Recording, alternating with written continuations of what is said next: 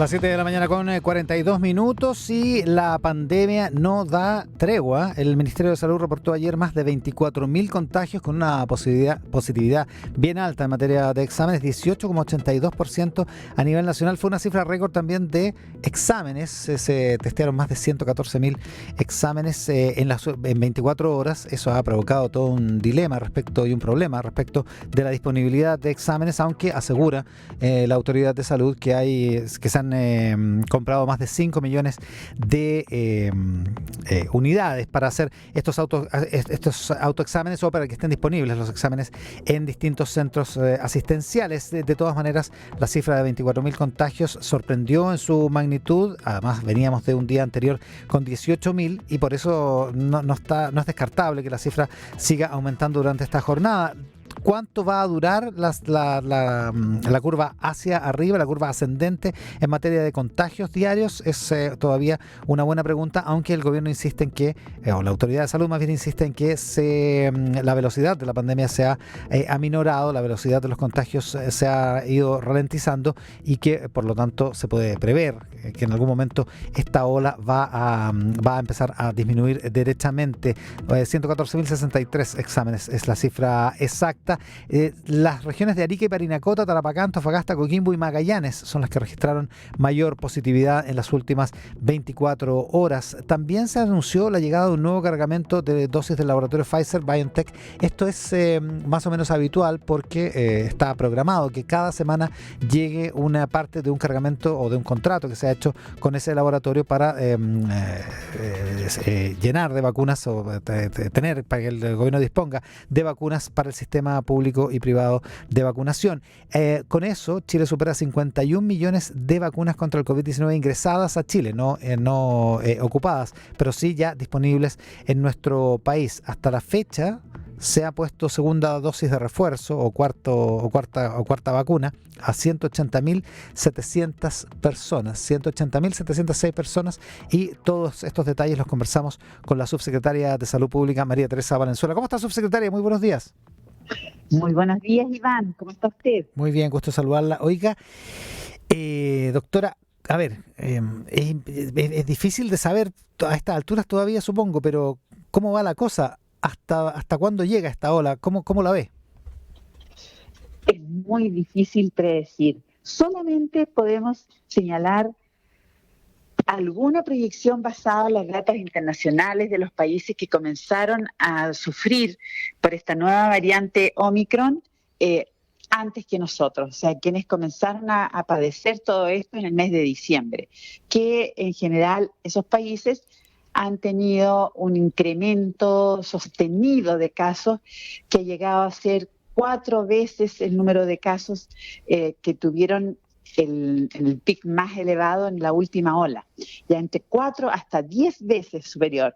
Pero después de 4 semanas a 6 semanas, ellos han comenzado a descender el número de casos. Entonces, basado en la experiencia internacional, pudiésemos pensar que nos debería pasar una situación similar, aunque en nuestro país, a pesar de las altísimas cifras, ¿no es cierto?, que estamos teniendo, ayer informamos sobre 24.000 casos en el día. Sin embargo, lo que podemos señalar que acá la tercera dosis, o sea, la dosis de refuerzo, ha jugado un rol fundamental. Y eso lo relata toda la evidencia científica, ¿no es cierto?, que es necesario para protegernos contra esta variante Omicron, la dosis de refuerzo. Hoy día aparece en el Mercurio, ¿no es cierto?, la información de que en el Reino Unido se ha podido demostrar que protege esta dosis de refuerzo en un 90% para evitar las muertes. Entonces, por lo tanto, el gran llamado, Iván, que tenemos que hacer es que realmente la población, ojalá lleguemos al 100%, ¿no es cierto?, de dosis de refuerzo. ¿Qué falta? ¿Quiénes son las personas que no están vacunadas con dosis de refuerzo? ¿Hay alguna idea de quiénes están ahí? Porque hay un grupo que ya no se va a vacunar, digamos, ya después de prácticamente un año de vacunación ya no se vacunaron, ya no hay cómo convencerlos. Pero los que no han insistido con la dosis de refuerzo, ¿por qué razón? ¿Qué se sabe sobre eso?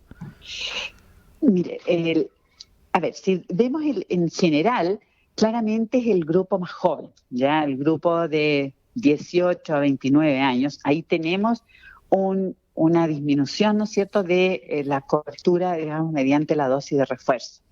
Pero sin embargo, todavía creo que hay que hacer un esfuerzo todavía importante en poder llegar a aquellos lugares rurales, aquellos lugares donde a veces vive gente que por dificultades de transporte no llegan ellos al sistema a vacunarse. Entonces, por lo tanto, es ahí el llamado, ¿no es cierto?, a todos nuestros equipos de salud, que con todo el esfuerzo que han hecho de poder atender a la población, vacunar a la población, ya, en estos momentos testear, pero claramente ahí hay personas y que son de edades mayores que viven en lugares rurales y que quizás tampoco han llegado a vacunarse. Entonces, por lo tanto, el gran llamado es que ya hagamos todo un esfuerzo para llegar a las personas mediante operativos. O sea, en este momento se están planificando desde acá del Ministerio con las regiones, realizando operativos en todos aquellos lugares donde la dosis de refuerzo está más baja que el promedio nacional.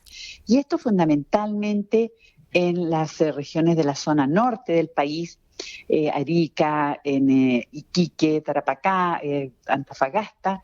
Entonces, por lo tanto, hay todo un esfuerzo de poder llegar a las personas. Claro, y para que no nos confundamos, estamos hablando de la tercera dosis, no de la cuarta que ya se ha inoculado. No, eso ya recién estamos comenzando, claro, con la cuarta dosis. Ahora, para eso, en anteriores ocasiones, el pase de movilidad, o más bien su caducidad, fue un incentivo importante. Ahora también se habla de que el próximo lunes, el 31 de enero, también se termina la vigencia del código QR actual que tenemos todos en el pase de movilidad, ¿no? Sí, efectivamente, todos aquellos que descargamos, ¿no es cierto?, nuestro pase de movilidad antes del mes de agosto de 2021, vamos a tener que actualizar este código QR. Esto es bastante sencillo, ¿ya? O sea, vale decir, ¿por qué se hace esto? Es justamente para robustecer la seguridad digital de las personas y su esquema de vacunación contra el COVID-19. Entonces, por lo tanto, basta que se ingrese a la página mevacuno.gov.cl, va a ver que tiene su QR y hace un clic en la sección que dice Mis vacunas, y ahí está entonces la franja que está a la izquierda de la pantalla. Hace el clic y ahí entonces, por lo tanto, va a aparecer la información del esquema de vacunación personal y se va a descargar y va a quedar con su QR actualizado.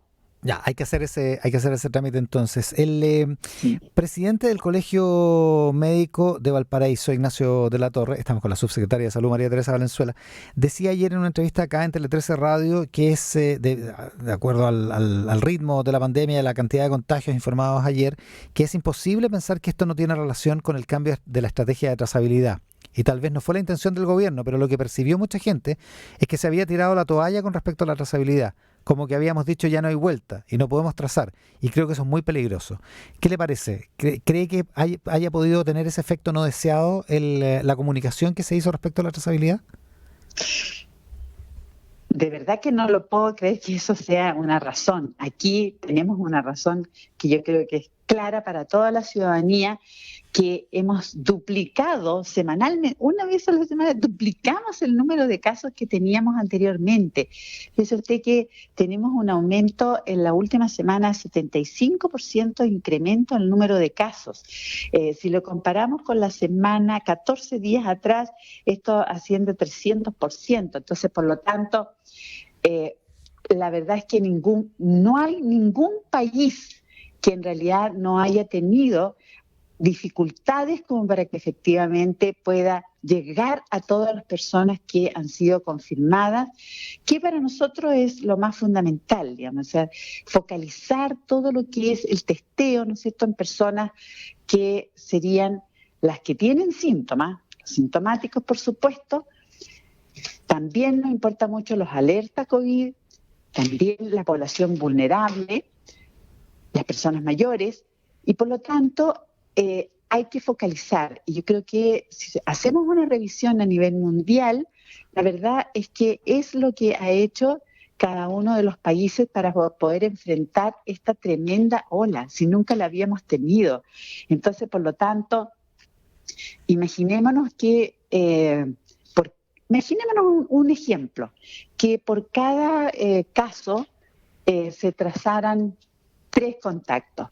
Entonces estamos llegando ya a cifras sobre 100.000 personas, lo cual por supuesto que el sistema lo hace complejo, digamos, de poder llegar a contactar. ¿Es imposible hacer es imposible hacer o no vale la pena ese tipo de trazabilidad o esa cantidad de procedimientos? No voy a decir nunca que no vale la pena, sino que en el fondo la definición de contacto en esta nueva variante es muy difícil de poderla definir con la claridad que teníamos de definición de contacto estrecho frente a las otras variantes, ¿no es cierto? En que teníamos claro que era el contacto en el cual había estado con la persona durante las últimas 48 horas, en un lugar cerrado, sin mascarilla, durante más de 2 horas. Pero hoy día usted se da cuenta que de repente hay un caso en una fiesta, por ejemplo, que es donde más estamos teniendo problemas en eventos masivos. Por eso es que el gran llamado es evitar las aglomeraciones. Y ahí usted investiga y se encuentra que ya hay una cantidad de casos alrededor, porque esta variante Omicron tiene la desgracia, ¿no es cierto?, de que un caso es capaz de infectar simultáneamente a 10 personas susceptibles. Entonces, por lo tanto, esta situación es compleja. Pero acá lo más importante, reitero, es la focalización del testeo. Fíjese que también lo que hemos estado testeando en estos últimos días, Iván, ¿cuándo habíamos llegado a prácticamente 115.000 exámenes promedio diarios, 120.000? Y estamos, digamos, preparados para que llegara a 150.000 exámenes. Entonces, lo importante acá es diagnosticar, confirmar el caso sospechoso o el alerta COVID, y en ese caso hacernos totalmente responsables de la educación, del seguimiento, que no se vaya a complicar. Y es lo que estamos muy, muy preocupados, y un muy buen indicador de todo esto es que no nos aumente, ¿no es cierto?, el número de pacientes que están hospitalizados en camas críticas. Ya. Entonces, así las cosas, doctora. Estamos con la doctora María Teresa Valenzuela, subsecretaria de Salud Pública. ¿Qué es lo que hay que hacer? Una persona tiene un caso, tiene síntomas, tiene un examen positivo. ¿Quiénes tienen que hacerse un autoexamen o quiénes tienen que hacerse un examen derechamente de antígeno o de PCR? ¿Y en qué plazos? A ver, vamos a ponernos en la situación. Tenemos el caso confirmado. Ese caso confirmado le hemos solicitado que de inmediato.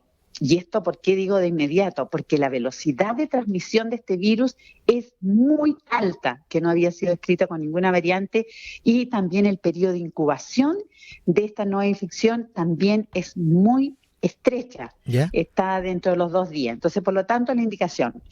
Yo me confirmo positivo, tengo que avisarle a los contactos con los cuales yo estuve, sé que estuve durante las últimas 48 horas, sin mascarilla, eso es muy importante, sin mascarilla, y por lo tanto la indicación para esas personas cuando reciben la información de que ha sido contacto de ese caso confirmado, la indicación es que también dentro de las 48 horas vaya a testearse, para así saber si está infectado o no. ¿Y cómo testearse? Testearse mediante antígeno, porque de esa forma tenemos la seguridad, ¿no es cierto?, y rapidez en el diagnóstico. Porque si esperamos, digamos, PCR que pueden tener resultados 2 días, 3 días después, vamos a llegar tarde siempre a la cadena de transmisión. Y por esa razón, entonces, que todo es en breves tiempos. Ya, o sea, y el examen de antígeno es lo suficientemente confiable como para entregarle la decisión de la conducta, digamos, que tenemos que tener después.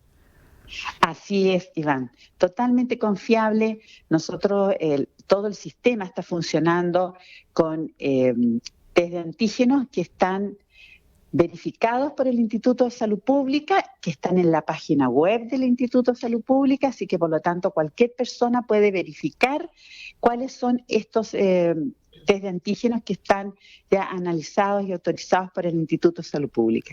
Entonces, por lo tanto, eso está estudiado en el instituto y sabemos que estos test que hemos adquirido tienen una sensibilidad de 90%, pero frente a una situación epidemiológica como esta, que existe tal nivel de contagios, ¿no es cierto?, y la velocidad de transmisión, que la verdad es que es lo mejor que podemos hacer, porque así tenemos un diagnóstico rápido. Y desde el punto de vista del procedimiento de cada persona, si yo tengo un antígeno positivo, ¿qué es lo que tengo que hacer? ¿En cuarentenarme, por decirlo, aislarme durante cuánto tiempo?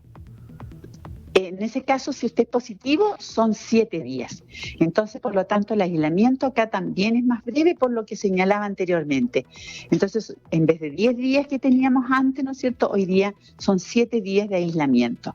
Pero de todas maneras, lo importante es que sepa que una persona que es positiva tendría que quedar registrada en la Plataforma Nacional de Toma de Muestra y por lo tanto la autoridad sanitaria va a tomar conocimiento que tiene toda esta cantidad de personas, ¿no es cierto?, que contactar durante el día o 48 horas como para educarla, para indicarle todo, pero lo importante es que toda la persona, y eso es lo que denominamos trazabilidad, ¿ya? Entonces, por lo tanto, reitero, nosotros nunca hemos perdido el norte con la trazabilidad.